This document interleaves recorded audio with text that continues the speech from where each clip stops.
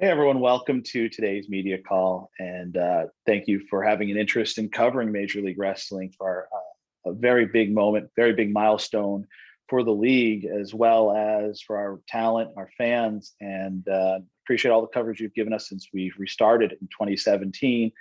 It's surreal to think that it was just 4 years ago yesterday that we kicked this thing off in a small nightclub in Orlando, and to see how the landscape in wrestling has changed. And it's such an exciting time in wrestling to have our own exciting moment inside that timeline.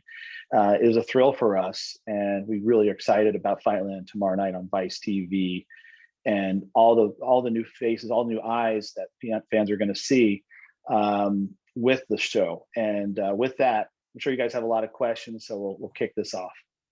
All right, thanks, Court. So let's start off here with Nick Hossman.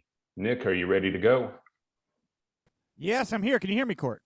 Hey, Nick, how's it going? I'm doing great. Congratulations, Court. Very excited to see MLW Fightland on Vice TV tomorrow night. I believe we might even have a little representation, which is always nice. Yeah, I wanted to ask, with the TV over at Vice TV, how close are we to seeing like a weekly, maybe even live MLW series on Vice TV, or maybe somewhere else even? Yeah, we are definitely having different conversations. And right now, I mean, in terms of future projects and stuff, a lot of things are on the whiteboard. Right now, we're just focused on this show and kicking off what we think can be some exciting stuff down the road. And yeah, I think this is a big moment for the company when it comes to what's on the other side of this. Live? Is it, more weekly? Is it documentary stuff? Is there a show where there's just a news formatted show? Because one of the unique things about Fightland is a new format. For 25 years, wrestling's had the same format. And prior to that, you think about the 70s, okay, it evolved into a different format in the early to mid 80s with syndication and regional television. Then evolved again when we went national with cable. Then evolved again during the Monday Night War era. And it hasn't really evolved in a long time. And so when we were looking at this with Vice, we were thinking, we'd love to do something that kind of is a little different. And with their programming really leaning towards news and documentary narrative content, this was an opportunity for us to tap into something that I think a lot of fans enjoy. And that's the news, the breaking news, the transactional elements of wrestling, that you're watching wrestling, but on your phone, you're also seeing what's the latest gossip, what's the latest news, who's going here, who's going there. And for us to tap into that, I think is important. I did some research, and then you look at, yes, the leagues, all these different companies, yes, they track very well in Google Trends. But if you look at the wrestling news and the searches there that they're connected there, it's off the charts. It really is. Like, the wrestling news sites may make more money than some of these leagues. It's pretty wild. So we're like, let's tap into that. And let's give our news segment autonomy to just cover the biggest stories of the day. That could feature MLW, that could feature other companies. It might be good or bad for MLW, but let's give them editorial control and see where it takes us. I might be crazy for doing that, but I also got to do something different. I'm battling two billionaires, so I have to be inventful. I have to try different things. And I'm pretty excited to see what people think of what's going to be kind of like a halftime show, like you see on the NBA, where you have Shaq and Barkley talking news with analysts and insiders. This is what that's going to be when it comes to Embedded, which is going to be kind of at the halfway point of Fightland tomorrow night. Cool. And if I could follow up real quick, there's obviously a lot of great talent you guys have recruited. I mean, Bobby Fish in the mix, having Davey Richards is back. EJ Nduka, big fan of his as well. But there's a lot of big names out there right now. In particular, Braun Strowman and Bray Wyatt seem to be sitting off in this ether. What do you think about the fact those guys are even free agents? And have you had any conversations with them about working with MLW? So we had conversations with Bray's brother. Right now, I think he seems more interested in, I guess he's farming. So I understand having to recharge get recharged for another run. But right now it seems like he's more interested in doing some farming, and I don't knock him for it. And we did talk with Braun Strowman for a little bit and didn't come to terms with him on a deal. I can't say where they're going to be headed or not. I don't really know. But we're looking and evaluating talent all the time and see if it's a good fit from a product point of view with our fans. Will it mesh? And what we've noticed is there are some names that are big stars, high profile guys, and they come in, they're embraced by our fans. But there's others that are like, yeah, we know they're buzzy, they're coming from a big company, but they're not, this isn't their jam. So it's a really delicate thing. It's like, you're a chef and these certain ingredients will work, certain ones won't. And every scenario is different.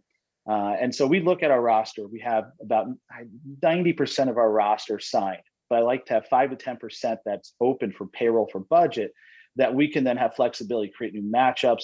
Sometimes it's just a fresh 2 to 3 month commitment and it's a handshake deal. And at the end of that, they go off and go to another company. Maybe we help them and enrich their negotiating position and they can do something else somewhere else. That's fine. Sometimes we'll present them with a contract and sign them.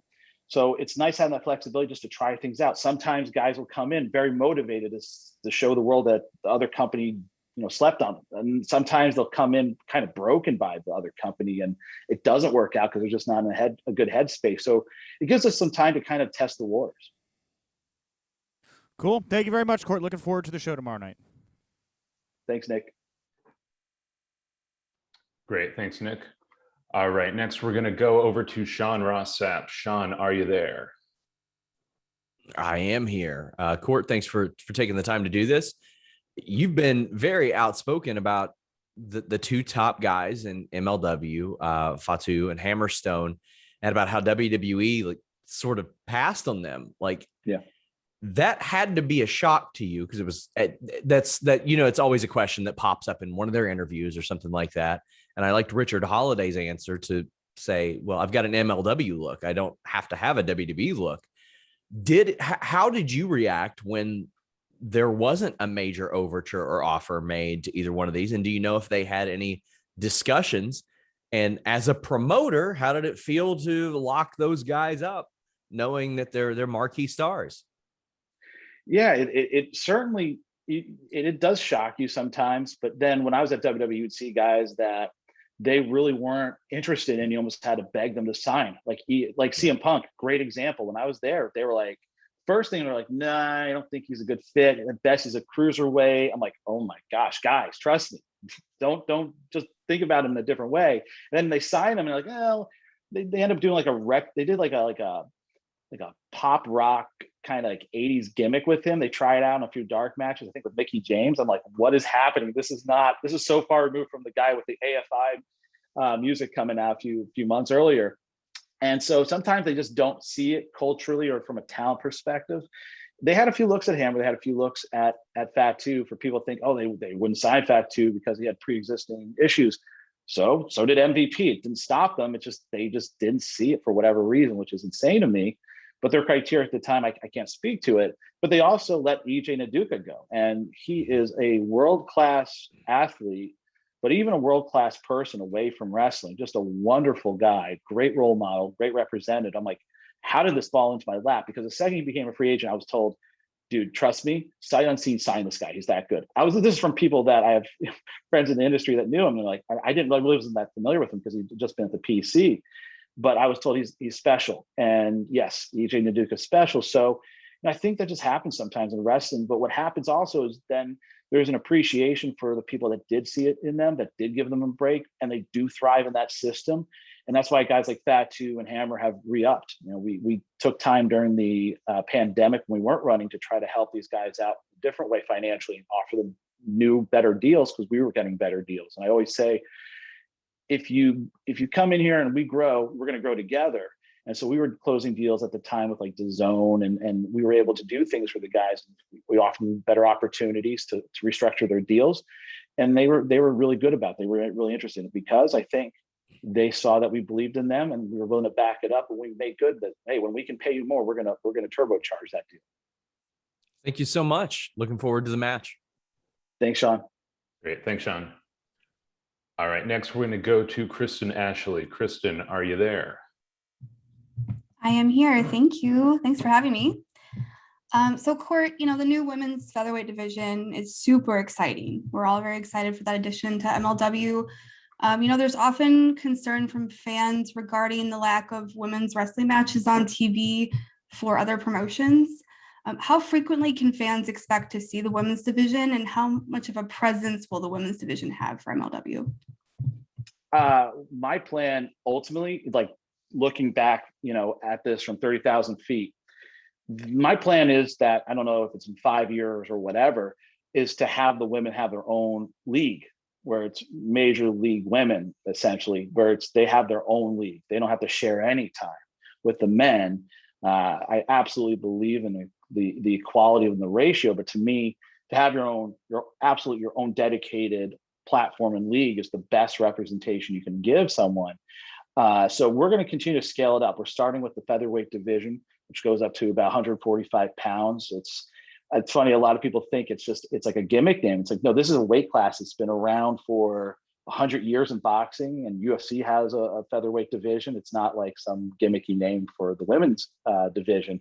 To me, to just have just a standalone women's division and not have the reflection like we have with men, where they have weight classes in MLW, is kind of archaic. Where you just say you have a women's title. They deserve weight classes just like the men have weight classes, whether it's atom weight, featherweight, middleweight, whatever you have. My goal is ultimately to build this thing out so you can scale it up to having different divisions. Great, thank you. All right, next let's go over to Rich Fan. Rich, are you there? Yes, I am. Court, thank you for having this, and thank you all for having us on. I have a question and hopefully a quick follow-up. Looking at your roster and watching from the restart, I guess the original restart, it's been clear with MLW, your roster's been very diverse. I mean, Shane Strickland was your first champion. In the opening screen, you talk about hybrid wrestling. Can you talk a little bit about the process of seeking diversity in your wrestlers and how it seems to be a lot easier to you compared to maybe some of your billionaire counterparts, and what makes for you an MLW fighter? Well, I think, wrestling at its best is always a reflection of culture. And how do you represent culture if you don't try to get as much of it as you can in your product? And at the time too, it's like Shane, guys like Barrington Hughes, very special, different talent. And over time, we look for the best talent. And we really find it's important to represent and have a diverse roster. But I do in a way where I'm not want to go out there and tout about it and talk about it. I just want to put in the work and let them showcase who they are and represent on their own, rather than me try to go clout chasing with that and say, hey, look, this is a breakdown, and show you a graphic as we're going to commercial about how diverse we are. I think the proof is in the pudding. It's not about me talking about it. It's about me doing it and letting the talent just be free to do what they do without trying to cast them in a role, without trying to make them something they're not. Let it be organic. And whether that's the diversity of talent in the ring, their styles, their backgrounds, whatever, the more variety you have, the better product you will have, the better ideas you'll have, the better creative you'll have, because they're all contributing with different backgrounds. That to me is the sweet spot in wrestling. It always has been, when people dare to try to be different. Yeah. And my quick follow-up, kind of along that line, you've integrated Azteca Underground and some of that stylistic into your television series. How easy or how difficult was that to blend and kind of evolve, as you mentioned earlier in this chat? Yeah, it's always kind of a balance with that, and it's also like holding back for a phase that's on the horizon. You don't want to super serve it today and then not have that option on the table for when you need to pull the trigger. So it's easy for me when it comes to Lucha, because I was the president of AAA and their American Enterprises for a bit, in about 5 years ago. I was a consultant for Lucha Underground.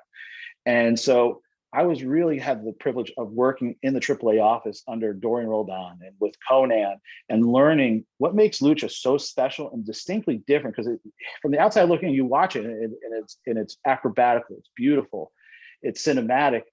And yet some people are like, I just don't understand how I don't understand it still. I see it, I get it, but I don't understand how it works. And it's so having that time to see a company so great as AAA do what they do, and see how they tried with the Lucha Underground experiment, it was invaluable to me. Just like WWE, it's like in these two instances, I got my MBAs in Lucha and in wrestling from Vince McMahon and from AAA. It's like the Harvards of wrestling in their category. And they paid me to do it. Awesome. Well, thank you so much, Court, and good luck with Fightland. Thanks, Rich. All right, thank you, Rich. Okay, next we're going to go to Bill Pritchard. Bill, are you there? I am here. Can you hear me? Yes, go ahead with your Hey, Bill. question. Hey, Court, how are you? So you've been really good at monitoring the climate. COVID's changing, and you moved out of Dallas. These last two events, or the last one and this one,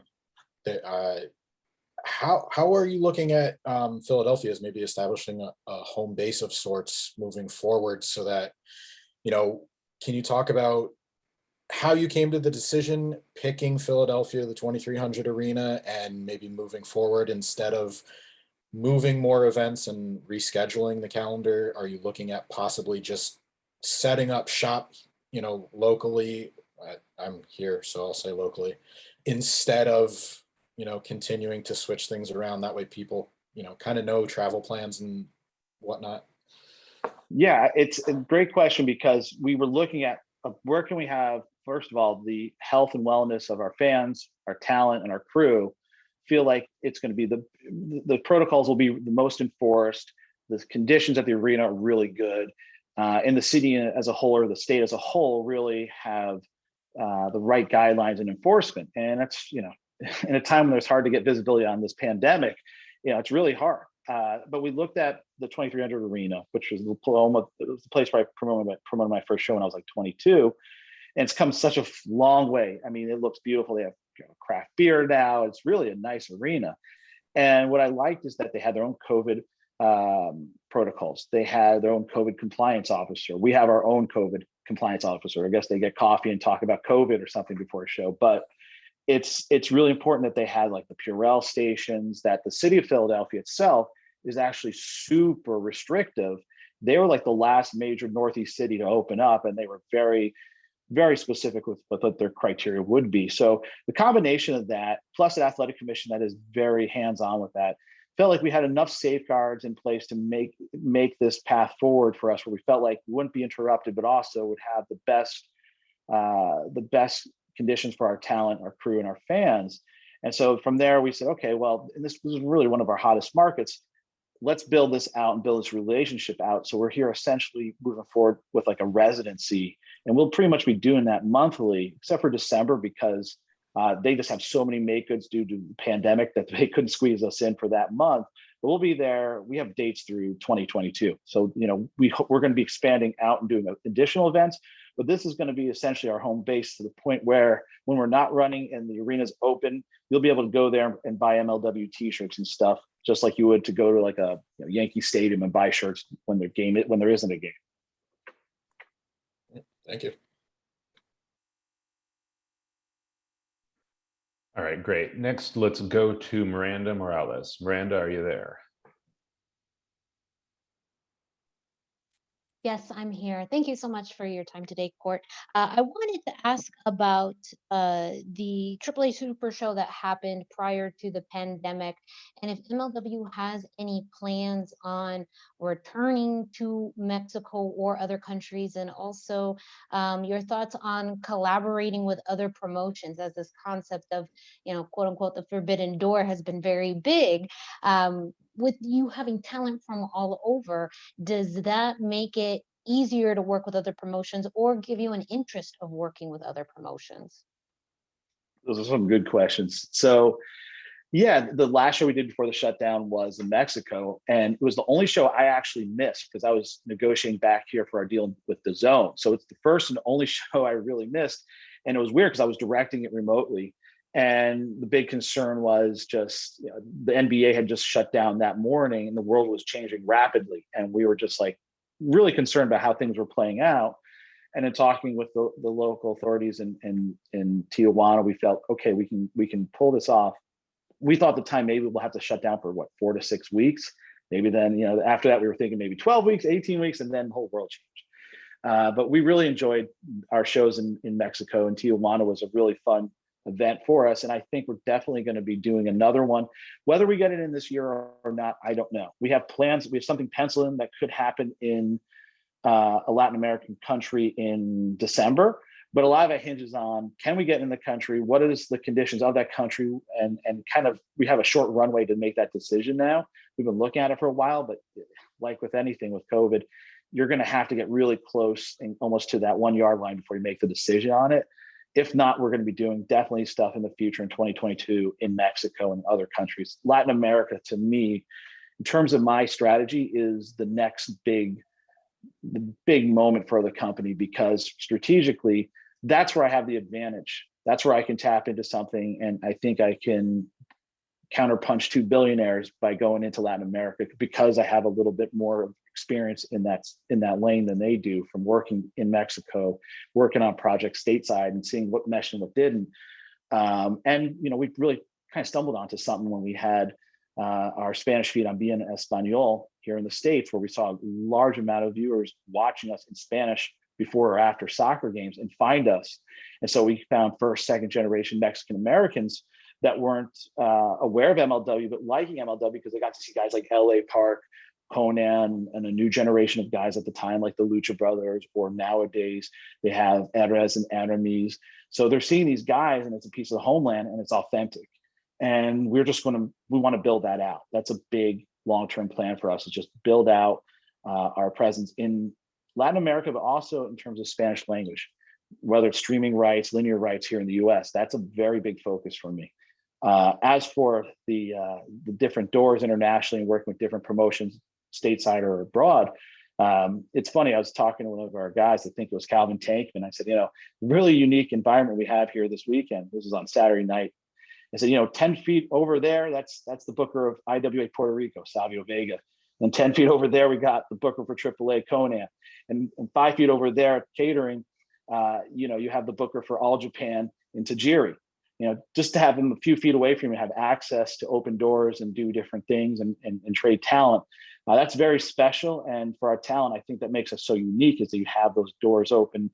We want our talent to get their reps in. We want them to have that experience.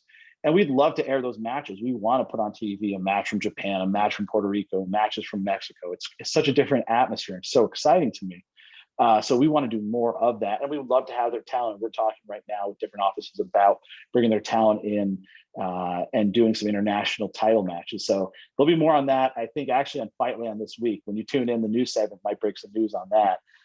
As for domestic partnerships and collaborations, that's where it gets a little tricky, because we've had talks, and people probably are aware, we talked with WWE earlier this year, and you have these conversations, you try to see how it would work. And the biggest concern you have, at least for me, is you're kind of inviting tortious interference and allowing it to happen if you go down that road. And if you don't feel like you're getting enough in return to even take that risk, what are you doing? What's the strategy there? So it can be very complicated, whether it's WWE or another company.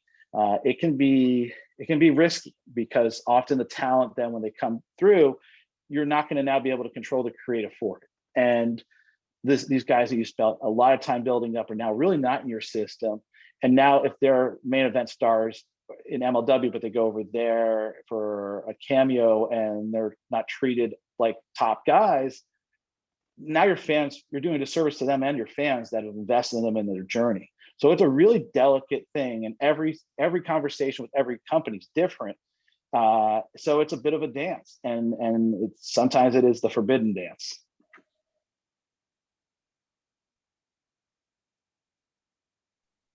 Any follow-up, Miranda? All right, thanks so much. All right, next we're going to go to Jim Barcelone. Jim, are you there? Yeah, thank you, Sean. Thank you, Court. Hey, curious. Hey, I'm curious with the women's division and a little bit of the thought going into starting up that women's division, any of the factors that went into it. And also with that, you mentioned possibly down the road, the women will have its own federation. So I'm wondering, is the thought process, and I know things can change, but is the thought process there that there'll be an MLW men's TV show and an MLW women's TV show? Two separate there, and those are interest to me. Yeah, so when we did our first show back, One Shot, we had women's match, and we continue to have them infrequently. But my struggle was, if we're going to do this, we want to do this right, and we needed to kind of build out the division and not half-ass this.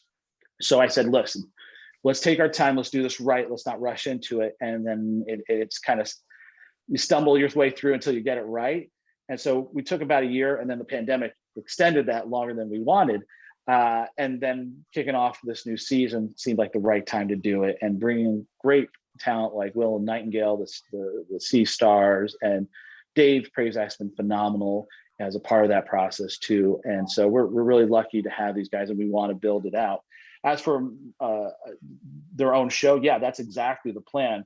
How you underwrite expanding is you have to have a media rights deal of some sort to help offset the costs, help you build out your payroll. So that would absolutely be the plan, is to do something like that, where it's, you know, Major League Women of Wrestling or whatever you call it, and give them their own TV show, 100% representation on their own show.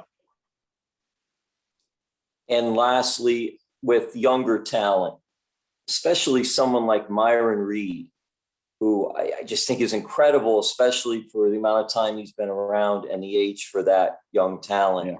But tell us about the younger talent there in MLW and your thoughts of a Myron Reed and others. Thank you.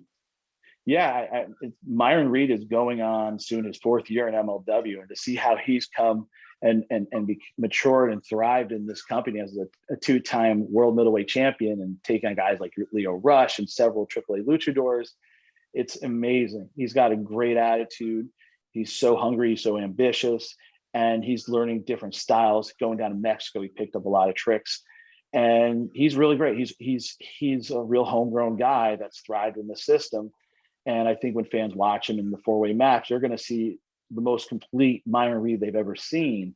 And he's going in there against Arez and Aramis, who are not cutting edge, but bleeding edge luchadors that are just on a different level.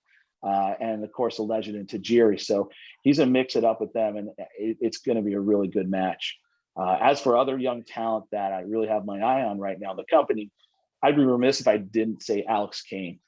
He is very special, very special. He's going to be a star. Count me on this one. This one's going to be, this guy's going to be a big deal. And we're tracking that. We're going to showcase him as a big star.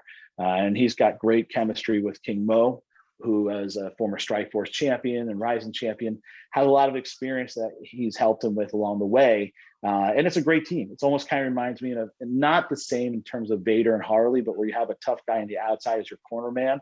It's a different dynamic than a typical manager that, you know, is trying to scheme things and then begs off. You know, Mo can knock you out. So he has a unique dynamic there. And Arez and Aramis, those two guys are going to be the future of the middleweight division along with Myron Reed. Just nonstop go. And we're lucky we were able to sign them. They're going to be two dudes to watch for some time. And we have a whole new crop of talent you're going to be watching on Fusion Alpha in the weeks ahead that you haven't seen, that's going to impress you. And having those guys mix it up and blend with guys like Davey Richards, who's a great get for us, really is awesome. And I should also say Calvin Tankman, a real great talent as well. Thank you all. Great. Thanks, Jim. Thanks, Jim. All right. Next up, let's go to Marie Shadows. Marie, are you there? Hi, you guys can hear me? Hi, Marie. Hey, thanks for taking the time to do this media call. It's amazing. So I actually had a really good experience on October 2nd covering Fightland Live, and everyone is super amazing. So my question will be, what top 2 qualities do you look for in people when you're deciding to add them to the MLW family? Yeah, it's a good question. When I first see them, it's usually on like a Twitter timeline. I'll see some, you know, they're on a local show or something, and I'll be, well, those moves are, you know, physically impressive. Then you do a deeper dive. What kind of character does this person have? And how they're wired really tells you a lot about, are they coachable? Are they ambitious? Can they balance all of that? Do they have those qualities that you see star potential? And if they're wired the right way and they can go bell to bell, my job's easy. It's just to showcase them, just to spotlight them, and find, sometimes package them, or, you know, sometimes give them a little confidence. But in general, you look for the qualities when you look for, do they have the it factor? And sometimes you see it, you know, when you're looking through your timeline. Sometimes you have to talk to them. Sometimes you have to even have them out and work with them a little bit to see what a guy is made of. some guys get the hype and then you see them like, and they're not all that. They're guys that people sleep on, and they're the next big thing. Every process is a different process when it comes to the talent and the unique set of criteria it takes to kind of look at them and see what they got. Thank you. All right, thanks, Marie. All right, next let's go to Darren Paltrowitz. Darren, are you there? I am here. Thank you for taking the time. We got a two-parter, and the first one is, this is more of a compliment than a question, but it turns into a question, Court. And when we look at the original iteration of MLW and also the relaunch from a couple of years ago, we see so many future world champions on your roster. And I liken what you do to a really good A&R guy in the music business, where you sign the talent and you kind of find them before they're big stars. I'm curious, and this is a bit of an ego boost here, when you first noticed that you had a good eye for picking talent that hadn't yet been discovered. You know, I probably had an uneducated eye when I did the first era of MLW. You know, you just, there's something in my gut that said, okay, this guy is going to be special. And then Harry Smith wrestled when he was 18 for MLW. He was studying backstage for his midterms. He was in high school. He was a senior in high school, and he was with TJ Wilson, Tyson Kidd, who also I think was cramming in some studying in between matches. And guys like Rocky Romero, who was very young in his career. TJ P worked for us when he was probably like 19 years old. So I over time, you kind of develop the skill set and can identify the talent and then help build them up.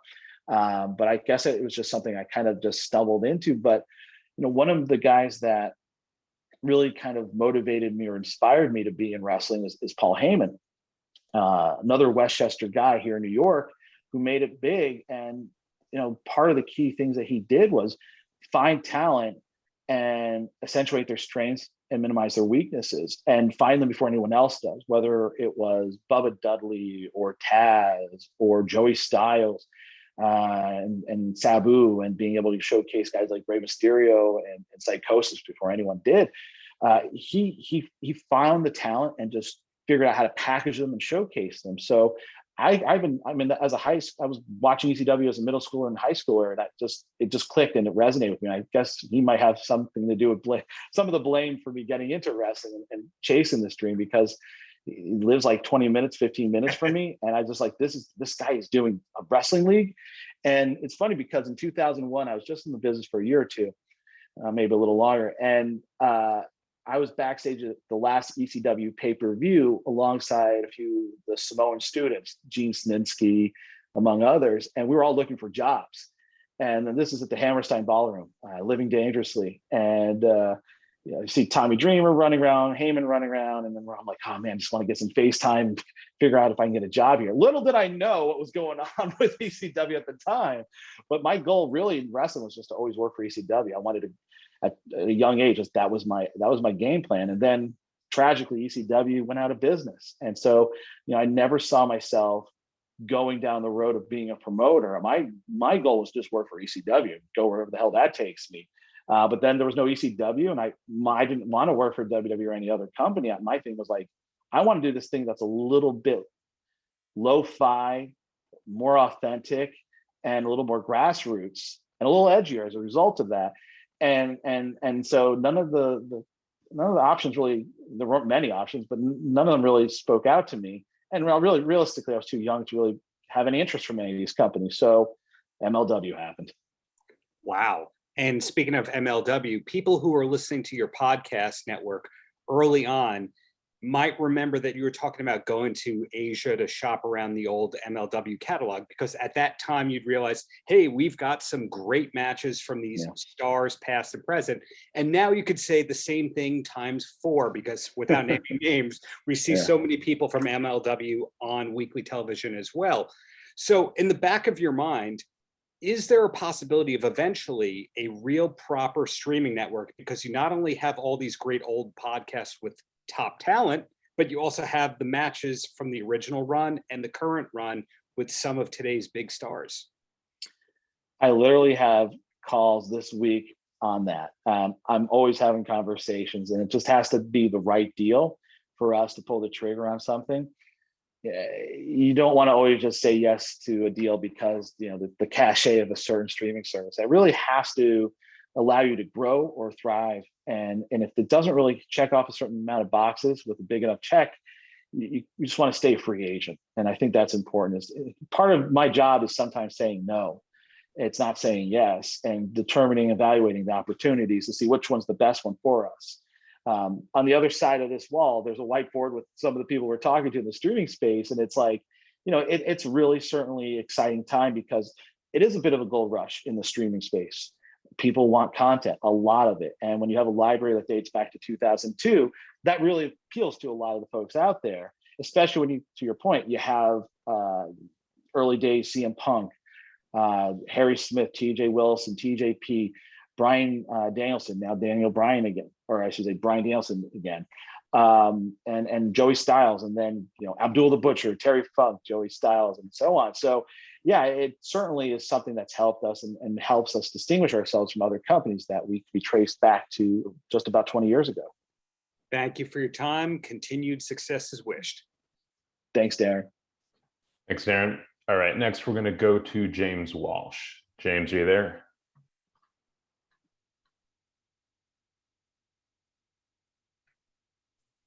Hey, can you hear me okay? We sure can. Go ahead. All right. It's a pleasure to talk to you, Court. I'm a big fan. I've been a fan since the genesis of MLW, which was the first show. In fact, I still have it on VHS on my shelf behind me here. I know I'm not on cam, though.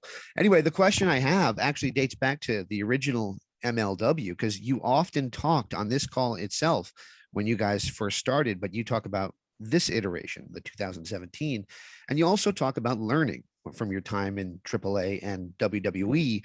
But what did you learn from that first iteration, that very, I would say, ECW influenced heavy version of MLW back almost 20 years ago? Now you know the story about why I was influenced by ECW. But yeah, it's, I didn't know how to book then. Like I was, you know, like I had a feeling in my gut, but I couldn't really explain it. I couldn't express it, and I couldn't put it down on paper and kind of define it at 22. I hadn't honed my instincts, but I didn't have a mentor. I learned a lot about the business from Afa and Samu, who were incredibly helpful and patient with me, along with guys like Gary Albright and Doc Death. But I hadn't been around a booker and a real promoter. And so Terry Funk and then Gary Hart really were instrumental with that. And Gary Hart in particular really helped me understand and allowed me to be comfortable enough and confident enough to ask him always dumb questions. And he was so patient with answering all of them. And I learned more from Gary as a result, because in wrestling, sometimes people will, you know, give you, you know, bust your balls if you're asking too many questions. Gary would spend hours talking to me on the phone and just let me pick his brain. And that is one of the best parts of wrestling, is when people pass that knowledge forward. And that's kind of where I feel now is my responsibility is to take guys and explain things and teach them and be able to pay that knowledge forward and not hold it back, but share it. It's invaluable. I was lost before I had Gary Hart and Terry Funk. They taught me so much. The lessons I learned from that era, you know, just, I would say, you know, to be more patient, which I think at 22, it's hard to, you know, to go back and tell a 22-year-old, hey, be more patient. Because at 22, you're not going to be patient. You're going to just say, come on, take on the world like you're in Scarface.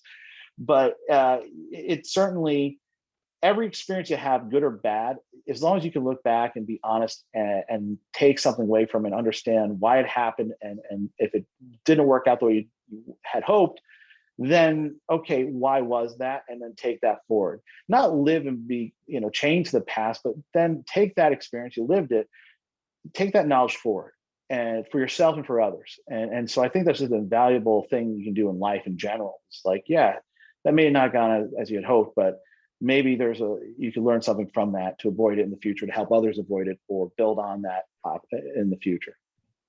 Awesome. Thank you very much. I do have one more question for you.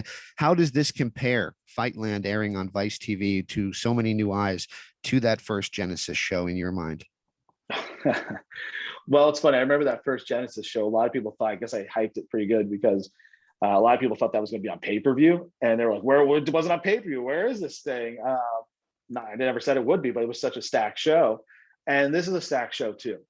This is the culmination of a 2-year chase with Hammerstone and Fatu colliding, and I think, in terms of hype, it's pretty big. It's pretty big for us. Title versus title. Fatu's never lost. Hammerstone's had that national title since he won it. He's the inaugural champion. Both guys have reigns that go over 800, 900 days.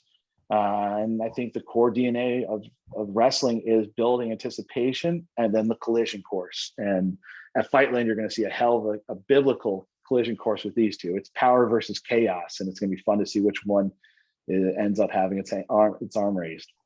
Can't wait to see it. Thanks for the time. Thanks, James. Thanks, James. All right, let's go to Rob Samo. Rob, are you there? I'm here. Thank you so much for having me today, Court. Hey, how's it going? I'm excited, man. I mean, I was a huge fan of Lucha Underground, used to attend those and cover them in person. And now here we are with MLW. MLW has this sense of very much a Eddie Guerrero or Dean Malenko style in its presentation, in that you're so good. If people hadn't noticed you before, they have to sit up and take notice now and pay attention to what you're putting out there. I mean, you have the Von Erichs there with you. You have Aztec Underground and everything else that's going on with it. When you put that level forward to be forced to take notice, how much of a greater victory is it than to say having X amount of dollars behind you that could get you a TV deal from the get-go? Is it more rewarding in that regard to build yourself up from this grassroots phenomena? I think I was always inspired by the grassroots phenomenon, and how, with that, it's a sense of being an entrepreneur and then building something and seeing that. And I think that from a business point of view, there's that for me. And then from a creative point of view, our journey has been one where I wouldn't trade for anything in the world, because you have to nurture every aspect of the creative, the talent, and develop them. And you're nurturing and developing the company as a whole, whether it's your streaming deals, your linear deals, licensing deals, toy deals, and it just takes a lot of patience in these small building blocks. I think that's a very difficult thing to do when there are two billionaires also in the mix, and they're very, very good at what they do. But to find our own lane and just under our mantra is just think different and dare to be different, and just really just trust the process. We go in there, we never get rattled. We just keep going forward. The plan for Fatu and Hammerstone, I told them this plan in February of 2020. And the plan was for Battle Riot to happen in July of 2020 in Philadelphia. Well, things didn't turn out that way due to the pandemic, but I stuck to that plan. And in July of 2021 in Philadelphia, Hammerstone won the Battle Riot and was on the same path to going at it with Fatu in the fall. So we really, when we have a plan, we stick to it. And that, combined with kind of my Moneyball approach to talent, where you identify underutilized, underdeveloped, undiscovered talent, and make the most of them. That's been our calling card. And from a selfish standpoint, I do need to ask, when will we see you out here on the West Coast, whether it is actually in California, if California ever opens back up fully, or at least Las Vegas or Phoenix? Well, actually, we just spoke with a casino out in Vegas. Could be early 22. We were actually supposed to do our first show in LA in mid to late 2020, and then everything happened. So it's kind of just dependent on the state of each state and the pandemic.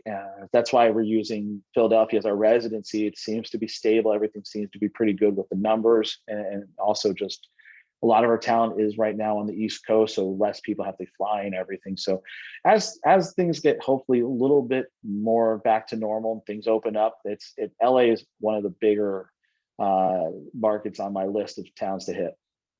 Well, we look to see you out here, and thank you so much for your time. Thanks. All right, thanks, thanks, Rob. All right, we'll go to our last question here, and fittingly, it is Mike Johnson. I see you pop up at the bottom.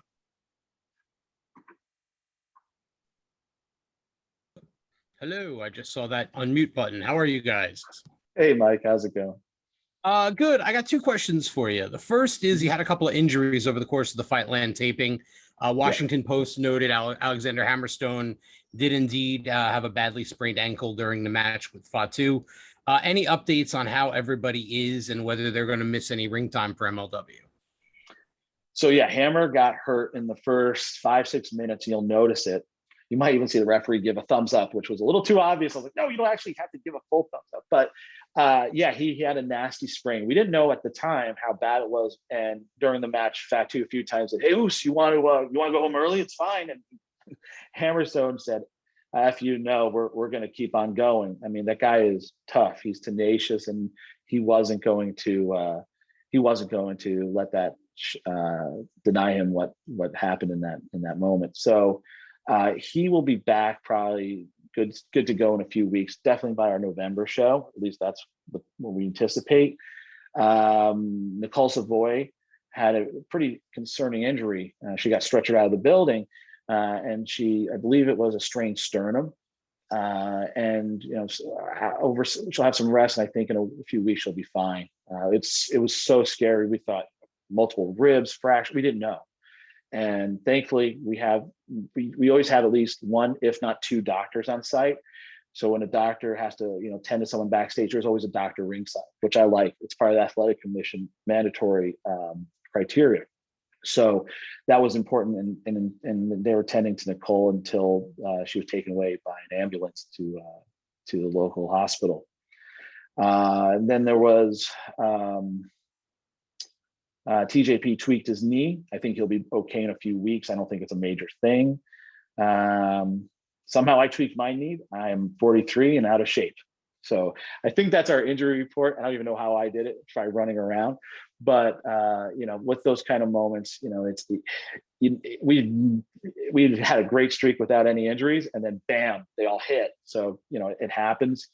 One of the nicer moments, and I don't want to give away anything, but after we go off the air, Hammerstone is heading to the back, and as a kind of on the fly moment, his girlfriend, who he's been with forever, happened to be at the first MLW show she's ever gone to, and she was backstage. He said, I want to get you out there and give him a hug.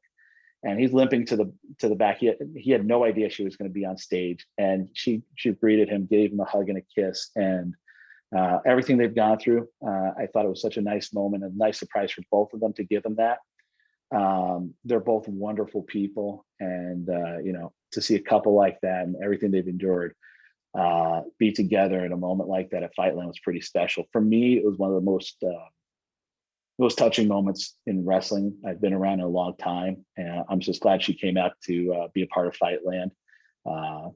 She's a great girl, and Hammer's a great guy. All right, and then I just got one more question for you.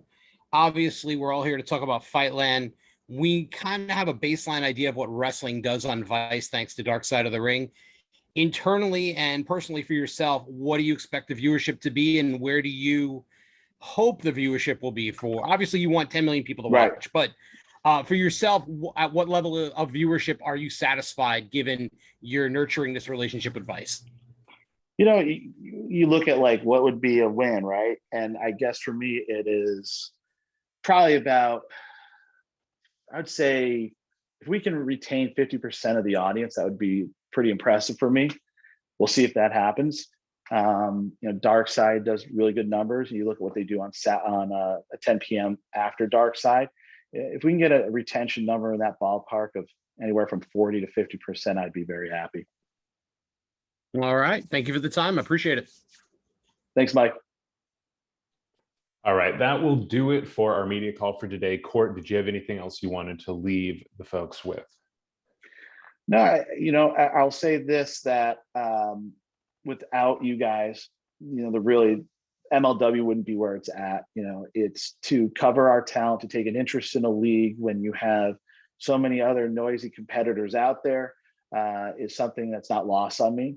And so every time you give us coverage, and it's the honest coverage, good or bad, it means a lot to me. And I thank you for your interest in MLW and our unique journey as we try to elbow our way in the room with two big titans in there. And at the same time, being able to spotlight and showcase our talent. And I think tomorrow night's a very special night. And part of that night is, the culmination of a 2-year journey for two wrestlers, but also for the company as we reach another milestone and now embark on what's on the other side of that, which we're very excited about. And to then bring the media along for the ride with MLW Embedded. We'll see if I'm regretting that come Friday morning to see if they talk about MLW or not, or what the stories are. But I'm really excited because I think wrestling deserves to have news coverage be a part of a TV experience. And it hasn't. I mean, every other sport, MMA, NFL, every sport has a news segment or a news show on broadcast. And it's just I guess promoters just want to be able to control things. And I get that. But for us, it's a unique opportunity to be daring and try something where I have no control over what's going on in that segment. And so I'm excited to see what the stories are, the topics are. But this is the time to shake it up, and that's what MLW is going to do at Fightland on Thursday Night Vice. So with that, I hope you guys enjoy the broadcast, and thank you all for your coverage and for joining us today.